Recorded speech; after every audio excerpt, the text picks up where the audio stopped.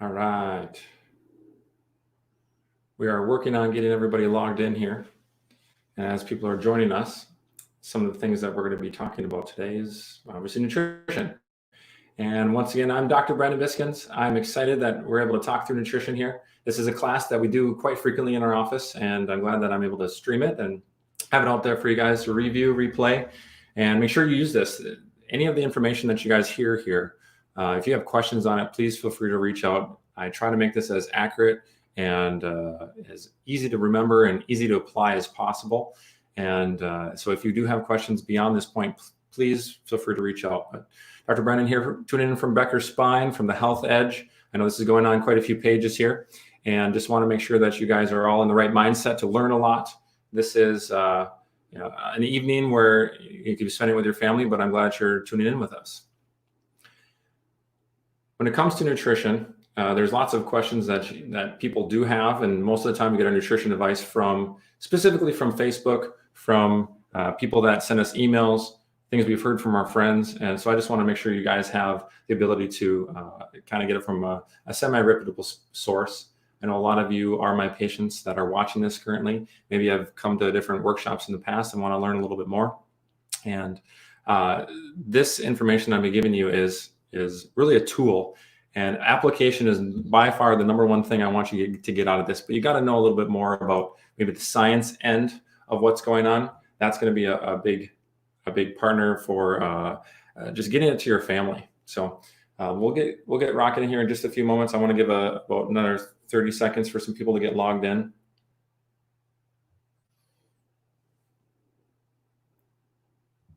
Something to think about, and feel free to comment in the boxes, is where are you with your nutrition? This is really the biggest question I ask people whenever we do nutrition evaluations is, where are you at right now? And what do you feel like you need to change? Most of the time, people already have exactly the thought or the idea of what I need to do. And it's just a matter of figuring out how to do that specifically. And I also have a little Bible verse here to inspire a little bit. This is Ephesians 4:22. Put off your old self. Most of the things that lead us to not having the correct nutrition are just the habits that we built from our family, from things we've done in the past. If you are a yo-yo dieter yourself, and we'll tear apart the word diet in just a little bit, because nothing you can be successful with is something that you're going to be doing short term. So these have to be things you can sustain long term. We're going to be peeling apart the keto word. It's kind of a swear word in our office, and we don't like to use it because it has so many negative connotations about it. And I don't like when people do things that are just on a whim. You never really get to be successful. All right. So we've had a few more moments here to get people on. We have 11 people viewing us, and you can really view this at any time. Well, let's get started. I know I have a half hour with you guys. I try to keep it to it. I say half hour, it ends up being an hour. This class has gone to 2 hours, so I'll try not to do that. If my wife's watching, she knows that I want to get home. All right. So hopefully everybody can see my screen here. I'm a person that's a believer in white screens. And if I don't have a screen to write on, I feel like I'm not doing justice. Good. All right. Now I know my writer works. These are components that make up really any type of food, any boxed meal that you get, any frozen pizza, milk, juice, water, candy, you name it. There's these components in it. And obviously water would have 0 of all of them, and juice would have more of the sugars, type things like that. And we know what these things really are. It's fats, these are carbs, and these are kind of all abbreviate, and these are proteins as we go through here. A lot of times I'll just use the F, C, and a P just to orient you. Without these terms, it's really gonna be hard for you to follow along. So maybe write these down on a piece of paper as I'm going through, and I'll try to reference them as much as I possibly can. Now, with each of these components, every food is made up of these bits and pieces, like I said before. So I like to kind of take a cup. Now, this represents a cup of, let's say, milk. Now, this milk, let's say it's whole milk. It's 4% milk fat, meaning right here, 4% of it are fats. The rest, and I'll just lump it together here, ends up being the other 96%. Now, when we're looking at these things, what we need to understand is you can't really do it any other way. It is always the food is always going to add up to 100%. So 96 plus 4% equals 100%. And if we know what one of the ratios is, we can have a really good idea of what the other components will consist of. So say this right here. So since we have milk fat being 4%, so this would be the bottom portion. Let's say we split the other 2 in half, and this isn't accurate by any means, but this is just for reference. Maybe we have carbs and we have proteins. And obviously there's a lot of water filtered in through these things, and specifically not in the 4% milk fat. But since we know that this glass of milk is made out of these components, we can really pick apart of what it is we're trying to do with our nutrition based on those 3 categories. If a person is trying to maybe say they want to have more fats, that's what the foods that they would choose is knowing what the foods are made out of. Now, what would we choose? I mean, most of the time, people don't really know where to start.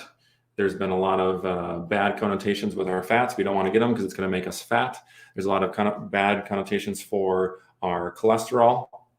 And if you have high cholesterol, you're like, oh, I want to stay away from eggs. I want to stay away from avocados because they have lots of saturated fats and lots of cholesterols. When it comes to what foods are made out of, really, whether it affects you in a certain way or not, that's kind of irrelevant until we know what our goal specifically is. And I know that if you don't have, let's say there's no fat in this milk, obviously the protein and the carbs have to get bigger. And that's how you can really manipulate the food that you're making. That's how you can really start to have an understanding of what it is I want to put in my body. Because if you start taking things away, let's say you take away all the fats out of every food you ever eat, you have to be eating larger portions of your carbohydrates and your proteins. And that's really where those diets come from. That's where the diets, like ketogenic diets, paleo diets, that's where South Beach diet, you name it, Weight Watchers. This is a lot of where they get their stuff. They start to change what these components are in the foods, and they restrict some, or they allow you more points in different areas. And that's to get a really good understanding of what I want to do is knowing what those are. Now, what I like to start with is, if we break these into categories, your fats, your carbs, and your proteins, these, how they affect your body, maybe give you a little light on what the ones that you specifically want to eat. Now, we're going into some sciencey stuff here. Now that we know that every food is consisted of these 3 things, we can really figure out how they affect our body. Once again, I haven't named what specific diet I like yet, because you have to know how your body is going to be working, because everything has to be specific to you. So if we take these components apart and we look at how they affect the body, so your fats are going to be more slow energy. We know that because it takes a lot more energy to break them down, but the end result ends up being a lot of energy. I like to call that tons of energy. Now, when it comes to the other components, carbs specifically ends up being more like your jet fuel. So these are fast, and you get really little amounts, but you can process it very quick, little and quick. It's a QU. When it comes to proteins tend to bunch with carbohydrates whenever you break them down for energy. And there's really only specific times when you do break proteins down. It's not super common, but it's one thing that it will always follow along with what carbs do. So it will be a little bit more fast, F-A-S-T, there you go. It'll be a lot faster. You get little components out of it, but it ends up being something that your body doesn't really want to do. I mean, if you have a lot of muscle tissue, your body's not going to want to break it down. It wants to save these proteins so it can have building blocks for many other things in your whole entire body, and you don't want to break those down. So now that we know how these really come to make energy in the body, or what those mean, if you're looking for something that's going to give you more fast energy, you're going to stick more to the carbohydrates. Specifically thinking about all this COVID-19 stuff that's going on, if you're a person that is watching a lot of TV, you're going to want faster energy because your brain has to work super fast to be able to do those things. If you're working out in the yard all day long, you want more of a slow burning energy to make sure that you're not going to be around a fridge all the time. So knowing what it is you're going to be doing in the day. If we're working on computers, you might need a little bit more carbohydrates. If you're more of a high energy person running marathons, you might want to have those things. You might even crave bagels when you get done with a big marathon race. But that stuff is more of thinking about the big picture of what it is I want my diet to be. So let's take these things. Now we know how or what they really mean. I'm going to go to a new page here. These fats, carbs, and proteins, how they affect the body. And I'm going to get a little bit, and once again, more nerdy on this level. So I'm going to draw a cell. And why fats end up being a little bit more slow burning, higher impact in terms of energy is we have these things called our mitochondria. So the mitochondria are always depicted with a big squiggly line. And this is how the fat will go into the body. So say I have my fat molecule and it goes inside the cell and it wants to create energy. And it has to loop through this whole entire cycle. It takes a long time to get through there, or longer than carbohydrates specifically. And when it's in there, the mitochondria's goal is to make energy for its specific cell. So when this energy comes out, it creates lots of things, lots of energy components. We call them ATP, just a fancy term for energy, to be able to fuel this whole entire cell. And I'm going to briefly go through cell biology here. It's got a lot of these organelles in there. They don't look like this, but let's say that there's 6 organelles in here. And from this fat molecule, I'm going to get 40 pieces of energy. If I'm taking something like carbohydrates, we'll use a different color. So I have my carbs. When that goes into the cell, it goes through a different process. And when it gets broken down after it gets into the cell, it creates 2 ATP. Now our bodies can live off this stuff. Just like I make the joke, your body can turn French fries into eyeball tissue over and over again for about 60 years, and then your body gets broke down, and then you end up in a nursing home, and then you just can't do it anymore. Your body just gives up. So it can do these things in terms of making your carbohydrates into ATP, but it has to do this many times. You have to eat lots of carbohydrates. You have to keep your blood sugar really high in order for you to rely on this sort of system. Now, if you are a person that eats a lot of carbohydrates, that makes your mitochondria more non-functional. So this pathway isn't going to be as good because it's going to take the easiest and fastest route in order to make energy. Our bodies are so efficient. It's doing this all the time.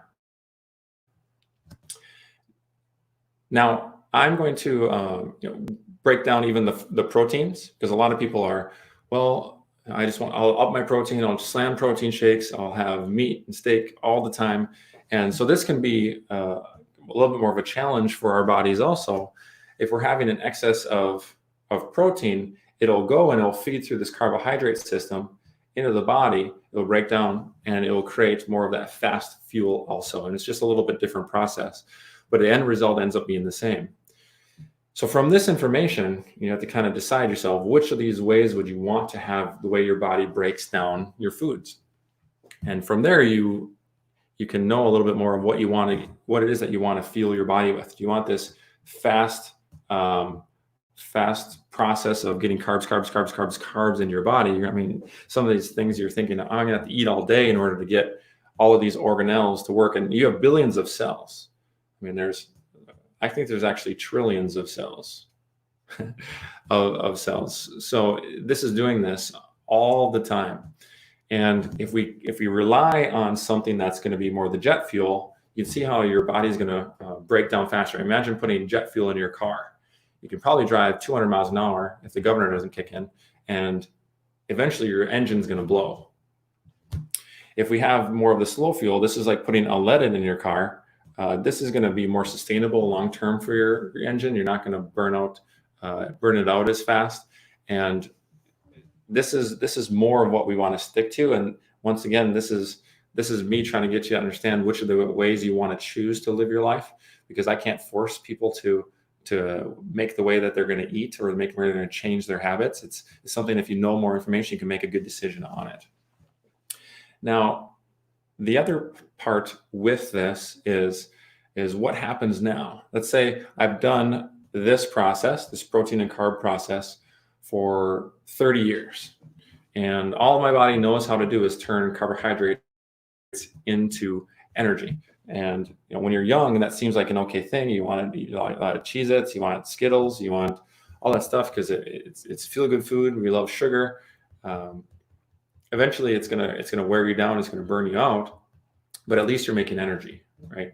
And sometimes it's not a very good thing to keep making those decisions. Now, also, if you think of the history of America, right? We've changed things in the last 30, 40, maybe even 50 years of where you don't want to have any fat in anything. And if we go to where we have our cup of our components, if you think of what like a Mountain Dew, which is a huge calorie consumer for a lot of people, it's almost really 100% sugar in our body that's really fueling going into this process. And our bodies tend to hate doing something over and over and over again, and especially when it's not something that's super efficient, or it is efficient, but it's not super healthy for our bodies. So our cells, if I go back and draw our cell, and I draw our little mitochondria, and I draw our organelles, 4 organelles in this cell. Here's our squiggly mitochondria. When the carbs are constantly going in, they need a little carrier, and many of you probably know this. This is called insulin. And it needs to bind to insulin, so then these together can go into the cell, and it can create those ATPs or those energies. This is where we're getting into more of the conditions like diabetes, type 2 diabetes specifically, but everybody needs to be able to do this. If you don't do this, that's type 1 diabetes, and that's where you have to take insulin injections. But what they'll do is, you wear this process out. Let's say I've been doing this for 40 years, and now your insulin isn't quite as effective. This process can't take place, so then you give yourself a little syringe, right? And you're going to poke yourself and give yourself a lot more eyes in here. So hopefully it will bind one of these things and be able to grade through the channel. And that's really what kind of type 2 diabetes, we wear out this process of getting stuff into the cell because it just wore out. You can't get in there. The callus actually happens. You become resistant to insulin because all you've done is this process over and over and over and over and over again. Proteins.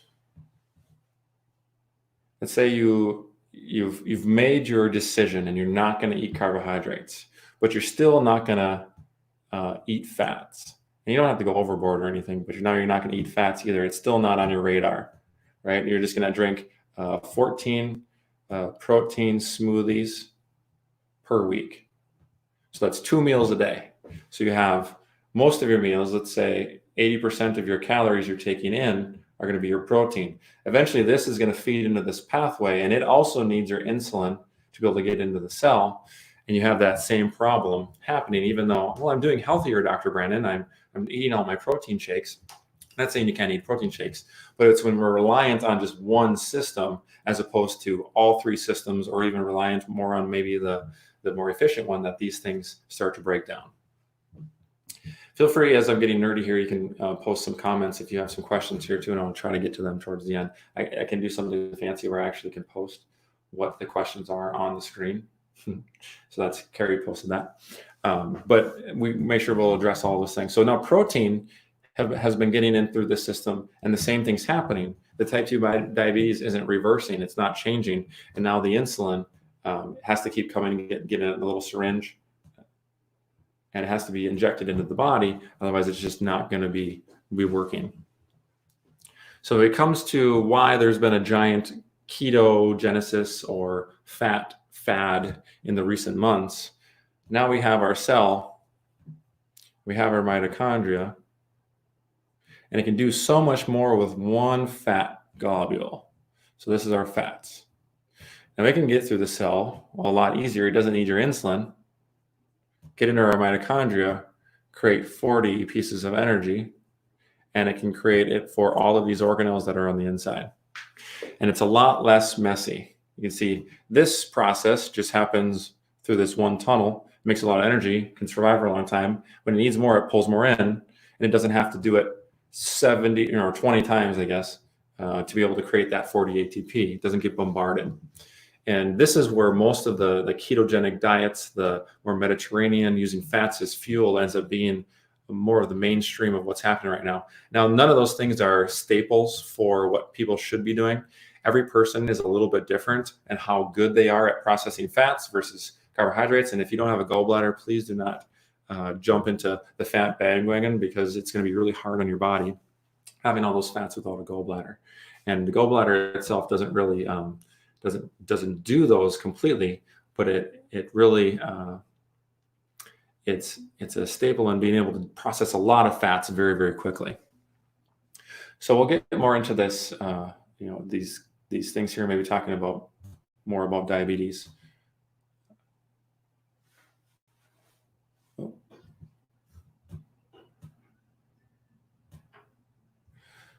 So now that we know that carbs are going to influence your insulin, proteins are going to influence your insulin, but we have our fats that don't have anything to do with insulin, and it just straight up makes energy. And it takes this little marker in the middle here before it can make energy. It's now pulling out, what does insulin do our body? Because this is the question that gets asked over and over again, is how do we save our body from having diabetes? It's one of the biggest problems in our society. Obesity is linked to it. If you have more excess body fat, it's going to create more of a chance to be insulin resistant, which is type 2 diabetes, and you're going to be sluggish. You're not going to be able to do what you want to do. And so most people have been sticking or trying to change to be able to do fats to energy. And I don't know if that's the greatest method, because I feel like all of these things are important. And if we just restrict to our fats, it seems like we're just jumping on the other side of the bandwagon, where we're throwing all of the knowledge that we have about how our body systems work just out the window. I do believe that if you had to categorize these proteins, carbs, and fats into specific categories of what should I be doing, let's go carbs, proteins, and fats. I like to give more of a range, because when you start to do these things and start to break down foods, it gets very difficult to be able to analyze what I need to do and to keep it at a very consistent, strict range. And so if a person was just tuning into this and what should I have, or maybe we're getting a little bit too deep here too quickly, but these are the numbers we're going to shoot for, and I'm going to show you in a minute just how to calculate them. Carbohydrates, you want to have it to be anywhere from 10 to 30%. And I'm being very generous with these numbers. Ketogenic is going to not be as generous, but if you're just starting out with these things, that's going to be a good range you're going to want to be in with every meal. Proteins end up being very similar to 10 to 30% of your daily intake of your food. So find foods within these categories and you'll be able to stick there. Fats, we want it anywhere from, I'll give 50 to 80% of our intake to be these numbers. Now, strict ketogenic diets are going to be like 15, 15, 70, or even 10, 10, 80. Those are going to be your keto. I've seen a lot of people do pretty well doing this, and I've also seen people do really bad doing that. People have a better outcome, so these are good numbers and are sustainable in these categories of if we focus on these as our numbers. It gives a little bit of a leeway where we can have some more of the carbohydrates, and you're not going to have so much the keto flu, which is what in a moment here of when you get to these numbers down here on the bottom, you have to change your body systems over. And what I mean by that is, let's say that you're going to stick to those numbers. So the numbers we want to have are let's say 30 for our proteins, 20 for our carbs, and what does that leave? 50 for our fats. Let's just kind of use those as our specific numbers. What that will do to your body is start to force, instead of that carbohydrate and proteins feeding into our system at a high rate, since we have more limited numbers, and most Americans are closer to like 60% of our carbohydrates. And then we have 20% to 30% are going to be our proteins. And whatever is left over, this is where we rely on fats, because most of the things we get are low calorie, low fat.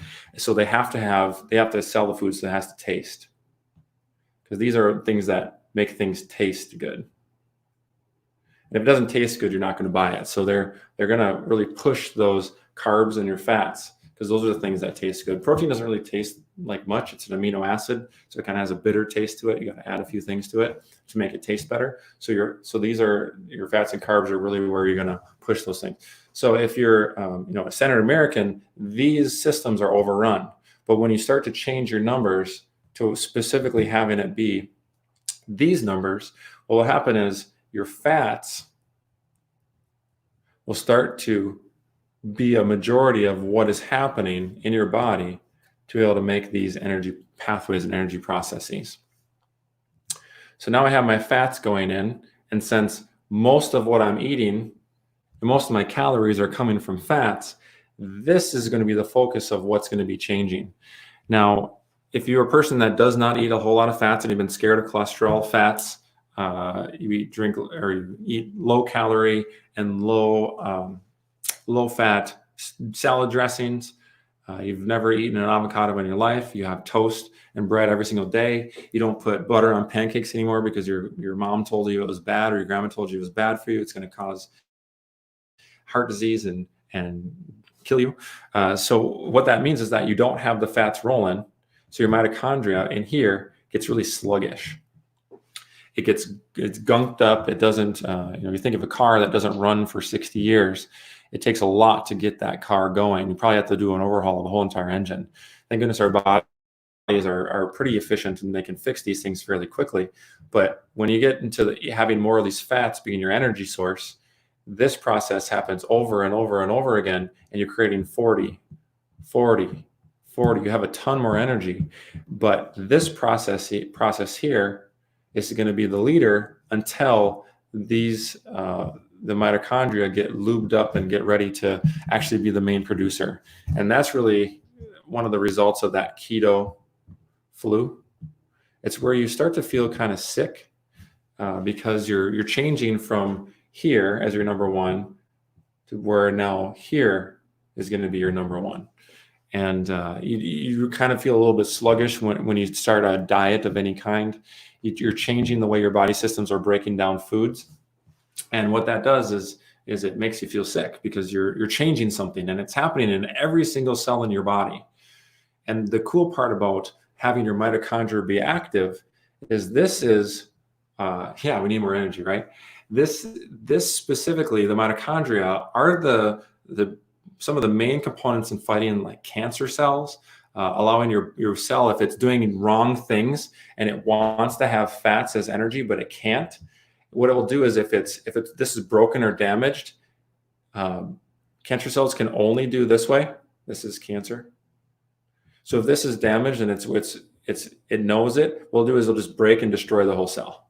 And that's kind of neat. Is one of the things is having all of these systems active for your fats and having less reliance on the proteins and carbs pathway allow for cancer cells to really not survive in that environment.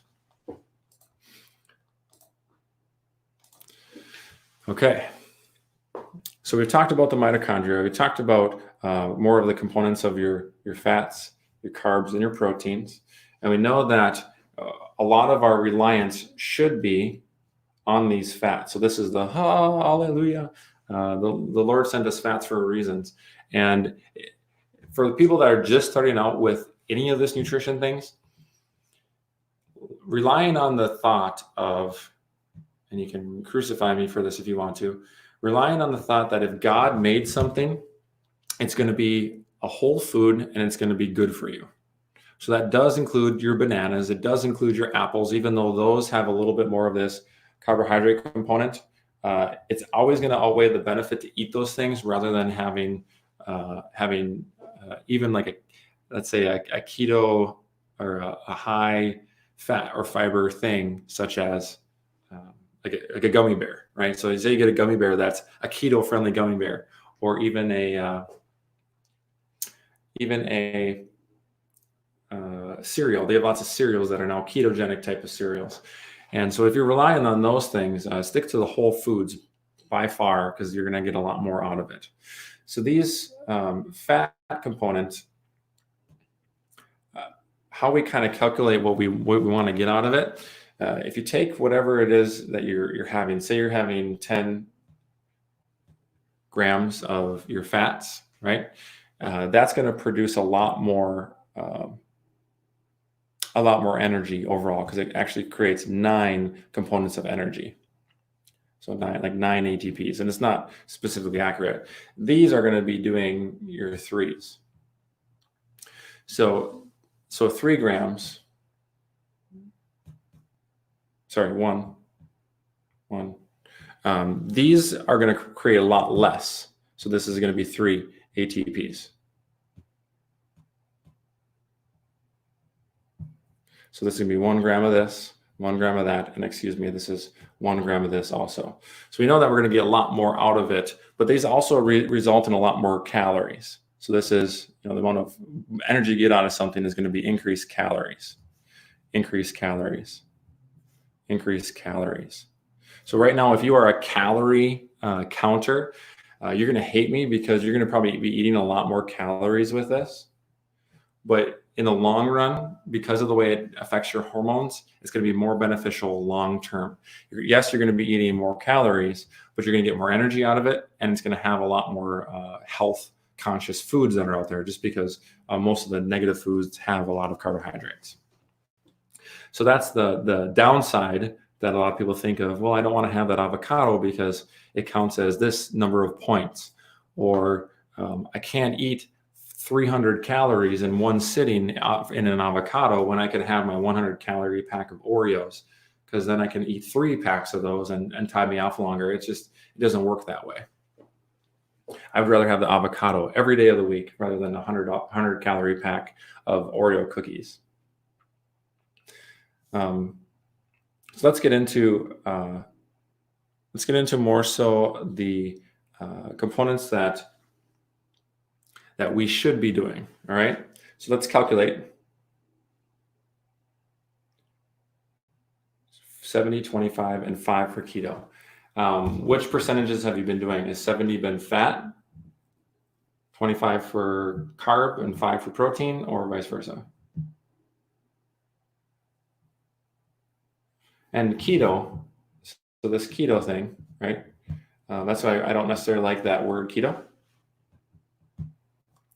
Keto really means that you're taking and you're eating so many fat, or you're eating the right ratio of foods that you start to have in your urine ketone bodies. So ketones will be in your urine. And that's the point of where you know you've reached ketosis. Ketones in your urine. I don't know if that's a way you know that you're changing your body systems specifically, but and for keto, you're going to have more of those fats. You're going to have closer to at least above 60. So if you had to have a rule of, you got to be above 60% of your calorie intake to be fats in order for you to even start to PO ketones. It doesn't work besides that. And one little tip here is, if you're struggling to lose weight, you really should look at what your protein intake is. So like 25% proteins and 5% carbs. If you're not losing weight and you're not PO ketones, you have to lower down your protein content. And so either you can up your fats to 75%. 80 will get you there faster, right? And lower your proteins down to 20%, and 5% for your carbs. So just for that question, make that small change. And I even like making this number always below 20. Protein is that hidden carb that tends to hang up a lot of people that are on diets, because the protein shakes are pushed so much right now that if you're struggling to lose weight, honestly, take out your protein shake and you probably will start losing weight. As long as you're not replacing it with Cheez-Its or something else like that. It has to be something good. Replace your protein shake with like an apple and an avocado, and you'll do pretty well. All right. So if say we're going to go and we're going to start to look through the grocery store, and we want to have some application of this, and I already kind of mentioned and alluded to that we don't want to have a whole lot of carbohydrates in our foods that we're having. So if you go back to our milk jug, right, and let's say we have, if we're going to make the ideal milk, it's going to be really hard to get the fat content above 4%. Even if you're looking at your, say your almond milk, okay? And these numbers are not accurate by any means. I'm just going to roll with some numbers that I can calculate easily. So let's say that you're in your almond milk, you have the calorie. This represents calories from fats, carbs, and proteins. And say that what you're going to get out of it is 4% of your, let's say you have the sweetened vanilla almond milk, and there are, let's say 20 grams of carbohydrates in that whole entire glass. And typically, and there's a lot less fats in almond milk. It's just like if you add a lot of carbohydrates into it, there's less room for other things. So if there's 20% of your stuff's going to be your fats, and you have like 20 some grams of carbohydrates, that's a huge component of the whole entire glass of milk. It ends up being closer to like 40% and 40% of proteins and carbs. And with that, it's going to be really hard to go into ketosis. So you have to look for something that has less carbohydrate load. And how you know, you can either calculate teaspoons, you can calculate percentages. If something has like 46 grams of carbohydrates, you take that number, and this is going to be like a Mountain Dew. You take that number and you divide it by 4. And that's going to give you your components. So just for ease of access, let's say Mountain Dew has 40 grams of sugar, it's going to equal 10 teaspoons of sugar in that one Mountain Dew. So you get to be a pretty high component pretty quickly. And average intake is close to 40 to 46 teaspoons of sugar per day. And so you can see that's almost 400 grams in a day. That's a lot. Or 4 times 4 would be 360, right? 4 times 4. Anyway, looking at this ends up being a ton of teaspoons of sugar. That's a ton of, and that's 4 Mountain Dews. That's a lot. And average American, we're eating so much sugar. It's really tough for us to get away from those things. So you almost have to just reanalyze your whole entire diet and say, what are the things that are really a big standard of carbohydrates in my life, and how can I get them out of there? And it's not to say you're just going to start shoving fats down your throat. That's not the reason. We want to have a balance of these things. And if your carbs are going to be 80% of your diet, you are going to lead to diabetes. I mean, you can't stress your body that much and not have a bad issue that's going to be coming later on. And we know all the problems that come with diabetes.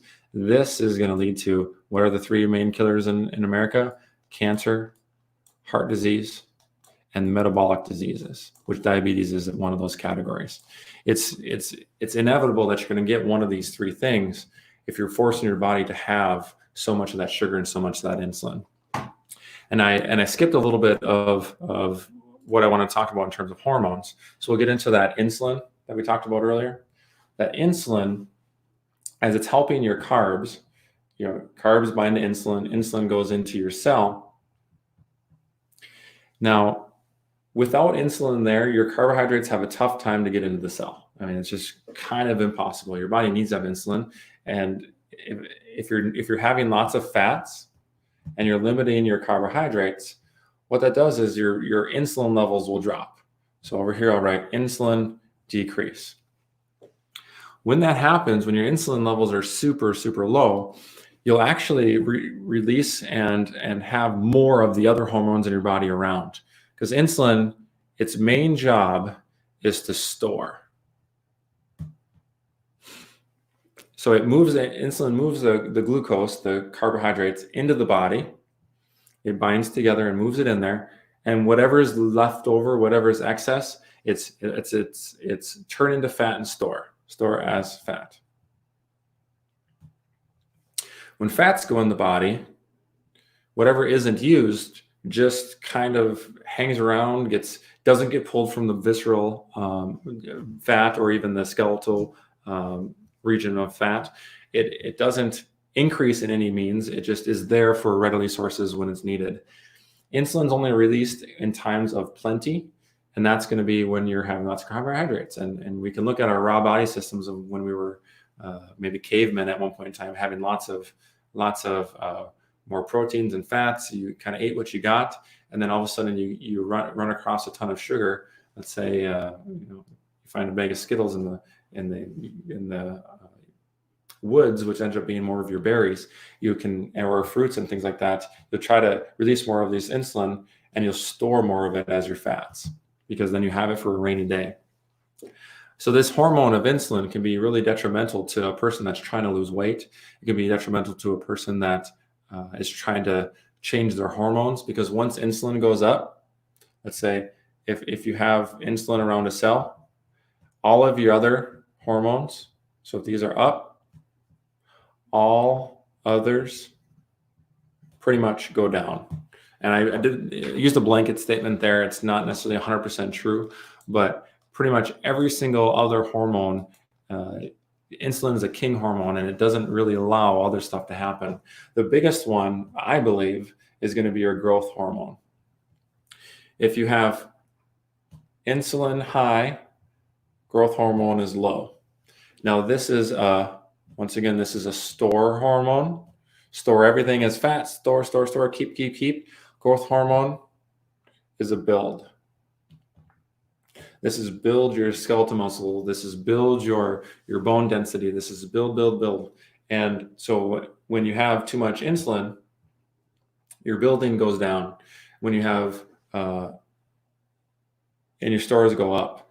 And so if you just take this concept right here, you can do a lot of your hormone-based weight loss very easily, because you just want to find things that don't affect your insulin. So if we go back to our chart of our fats, carbs, and proteins, which of the two affect your insulin? It's going to be your carbs and your proteins. Those are going to make your increase in your insulin. And so then you're just going to store things. Eating a lot of carbohydrates, eating a lot of potato chips, eating a lot of starches, eating Skittles on a regular basis, you're going to gain visceral and you're going to gain visceral body fat. It's just the way it happens. It typically goes around your belly section first. So that's why people with this more of a keto basis, using that term again, more of the higher the fats, lowering the other two, ends up having success, because now you're never affecting this king insulin hormone. And just that concept right there can change a lot of people's ideas. But the hardest part about that is our whole life, we've been told that fats are bad, and now we got to change that. And the food industry has run along with this tenfold, of where any place that's inside the inner lanes of the grocery store, everything is a cookie, everything is a cracker, everything is a noodle. You go to any restaurant, everything is in a bun, everything is smothered in pasta sauce, and it just doesn't work very good for us to have a sustainable diet where fats are our main source. And so that tends to be a difficult thing in order to change, because everything is against you. You go to the movie theater, you either get candy or you get popcorn, and they don't give you actual oil anymore. They get you whatever they made in a store in a vat of boiling goo. Or you go to the store and you get your prepackaged meals, your pizzas, your breaded shrimp. I mean, everything has breading on it, and it gets to be a difficult change. You can't even have a piece of chicken that isn't breaded really anymore. It's tough to get to. So going back to our fats, carbs, and our proteins, how do we decipher these things at the market? Well, high fat things are going to be low carb things. Your high fat foods are going to be more of your unflavored types of foods, mainly because these carb contents have to go down. These are going to be your full fat, your carbohydrates. Let's see here if I maybe make a little bit different graph here. So high fat foods. This is going to be your nuts, seeds. This is going to be like avocados. This is going to be more of your good fats, like your grass-fed beef, your full fat, not fat-free, full fat dairy products. But I don't want you to get to the point where you're just going out and just buying a bunch of dairy stuff. A cheeseburger with no bun is still just a cheeseburger. You can't get a whole lot of nutrients from those things. And so this is what most people focus on, but what does a good diet include? Well, I like vegetable based. And I'm not saying vegetarian, I'm saying 5 servings a day is going to be a great place to start, of where you're eating vegetables at every single meal. And then include a good diet, include these bits and pieces, where this is my number 1, right? And then I'm going to eat number 2, more full fat foods. And number 3, making sure that I'm not, this is where our avoidance comes in, not having high carb stuff. If you stick to those 3 principles, it ends up being a lot easier for you to maintain, because this is more of a blanket of, well, if I pick up this food, now I know that it fits in it for sure this category or this category, or if it's an avoidance, my EL fudge cookies do not allow me to have a good diet. This is vegetables and fruits, and even the fruits can maybe be considered down here on the don't eat the high carb stuff. Fruits, yes, they have carbohydrates, but a banana is going to beat a Cheez-Its every single day of the week, mainly based on the fact that you can actually get nutrients from it. And if somebody is on a really tough diet where it's hard to stick to, I always just recommend, have like apple and peanut butter, because it has lots more carbohydrates than, say, almond butter or even just your broccoli, and it's going to be able to get you over those humps. Okay. Anybody have any questions as we're going through? I know we had the one comment about the percentages. Percentages are important. I mean, it helps you track things, and especially if you're a very analytical person, knowing percentages is a good thing. I'm analytical, but I'm not about numbers and things like that. If it's something that is sustainable, I know I can do it. That's why I kind of give those numbers as, well, start down here, right? Something that's sustainable, and work my way to where it's hard. Start easy, but healthy, and then work your way harder. This is not where you just go out and start making a bunch of xylitol-based desserts by any means, because it just doesn't compute. It doesn't work that way, and it's hard to do, and you're only going to sustain that for a little bit. Okay. Does anybody else have any questions? I know we're getting close to our time here.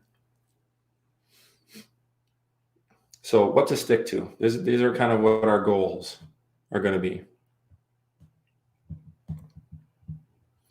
So people that are starting, or even maybe people that are more advanced in their diets, this is all based on what we talked about and what systems we want to start working with, what hormone-based things we want to have more effect on. And I'm probably going to post one in the next week here, a video about the intermittent fasting also, because I've had a lot of questions in the last week about that. It must be something that a Facebook ad went out about. That's all usually when I hear about these things again is, oh, there must have been something on Facebook that sparked it. So number one goal for what we try to do and what I try to push for my patients is have, first, we all got to increase our veggies and fruits. And that's first and foremost veggies. I challenged a few of my patients. I said, try to have vegetables for breakfast.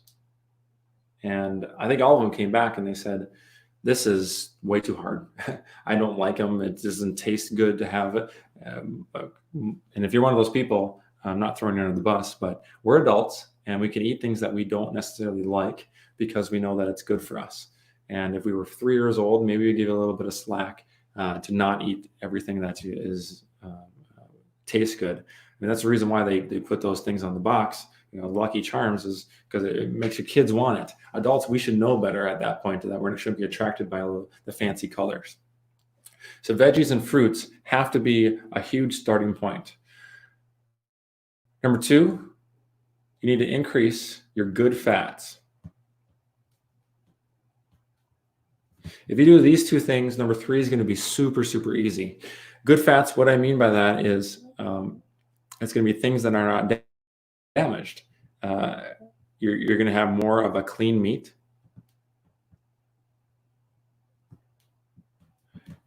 I like this one because it tastes a whole lot better than a crummy, thinking of like the dirtiest animals in the world, typically pigs, and sorry for those pig farmers that are out there. Pigs eat a lot of just crazy stuff, right? So eating those things is going to be tough on our bodies because it's going to create a lot of toxins. So good fats means that we're decreasing our toxins. Grass-fed beef, obviously the cow, the more corns they eat, the more pesticides they eat, it's going to have more of the negative things in the meats and in the fats. So if you have grass-fed beef, it's going to be much cleaner. It's going to taste different. It might be more lean. It might taste like, if you have a deer, it tastes a little bit more gamey. But once again, if this is a matter of life and death for people, where either we change our nutrition or we're not going to be successful, or we either change our nutrition or I'm going to have a heart attack. If we don't change our nutrition, and the cancer is going to win. It comes down to what is our motivation or what is our goal for why are we doing these things.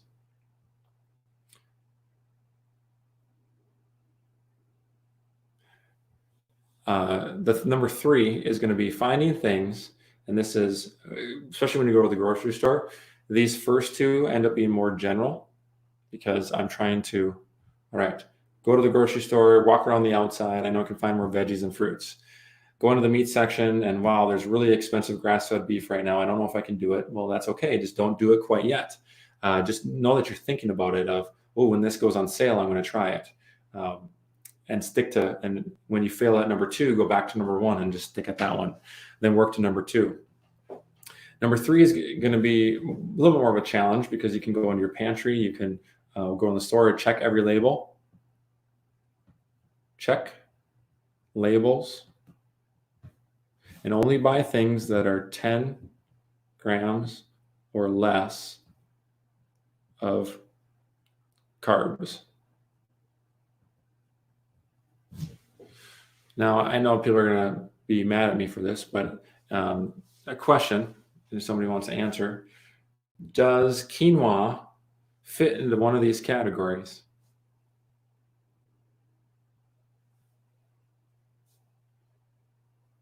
Does anybody know? Typical serving of quinoa in carbohydrates is 26 or 28. I can't remember. It's 26 or 28 grams of carbohydrates in quinoa. I know there's whole grains, and I know that it's a seed, and I know that there's fiber and this and that, but when it comes down to it, it ends up being a tough thing if your goal, once again, is rid your body. Yeah, there you go. Rid your body of, there, Carrie got it right. Rid your body of those carbohydrates to be able to force your body to use that more efficient and make that mitochondria work the way we want it to. And so these three things are great places to start. And we can go more in depth into these things, but if we could do that, it's going to take me another hour. And I don't think anybody wants to listen to me more than what they have.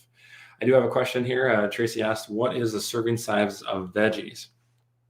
Well, so Tracy, because you're not 3 years old, and so Marlon wouldn't necessarily count for this one, it's going to be what's going to fit in like the palm of your hand is what I consider a serving. Now, that's an easier way of dealing with things than I think a serving size of almonds is like 6 almonds. Well, how many can you fit in your hand? If it's a heaping pile, probably 20 to 30. So it's not necessarily a 100% accurate depiction of what it is. I think a serving of meat fits in the palm of your hand. It's more like a hockey puck. But when it comes to fruits and vegetables, it's just what can you fit in the palm of your hand without it falling over the sides is what we use as a reference. And if you have big hands, well, your serving size might be different. See, we standardize all those things to where if a person is 7 feet tall, their palm is bigger. So obviously they're going to need more vegetables because they're 7 feet tall, for heaven's sakes. So it's something that is different for every single person, just like they say the calorie intake is different. So use that as a reference, what you can fit in the palm of your hand. Spoons, serving spoons are a pretty good size of, well, if I'm going to have 1 scoop of broccoli, it's whatever fits on my serving spoon. You can use those things.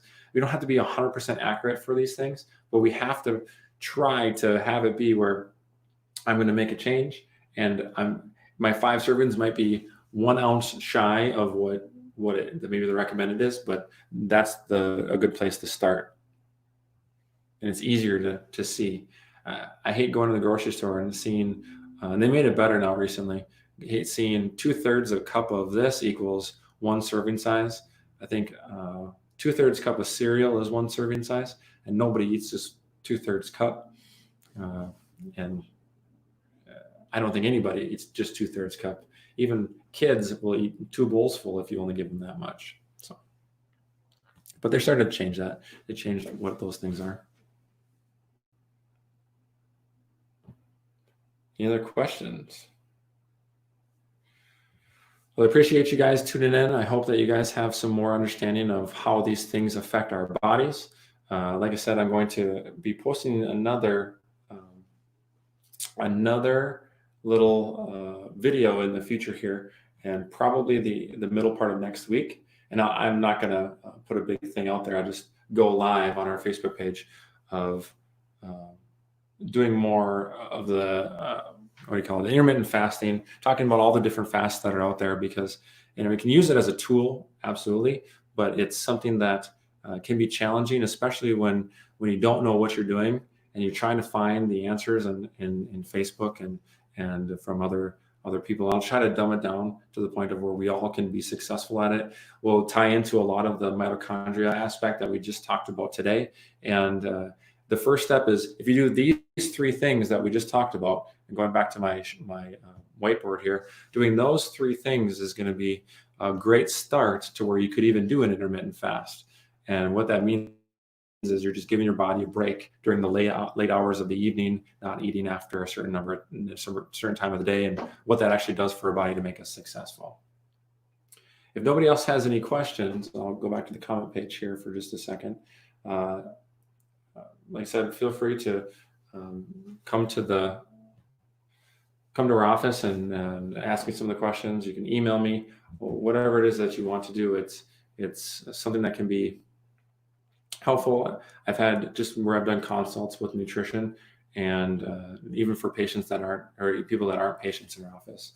But I just want to throw our quote up here again, and this is from the good Lord himself, is put off your old self. And that's the biggest thing, is trying to figure out why I'm even doing any sort of nutrition. It has to be something you're going to make a change for yourself. And that's why I wanted this to be geared towards giving us tools to understand why this or that would be important for me, or a change for me to have long-term. All right, so Dr. Brandon is going to be out here in about 3 seconds, unless anybody else has any questions. Okay, I appreciate you all. Feel free to tune into this if I got too sciencey on you guys, and I've apologize if I did, but it's just kind of the way my brain operates, and I love to be able to dive into the stuff more. All right, stay tuned for more posts. Love all you guys.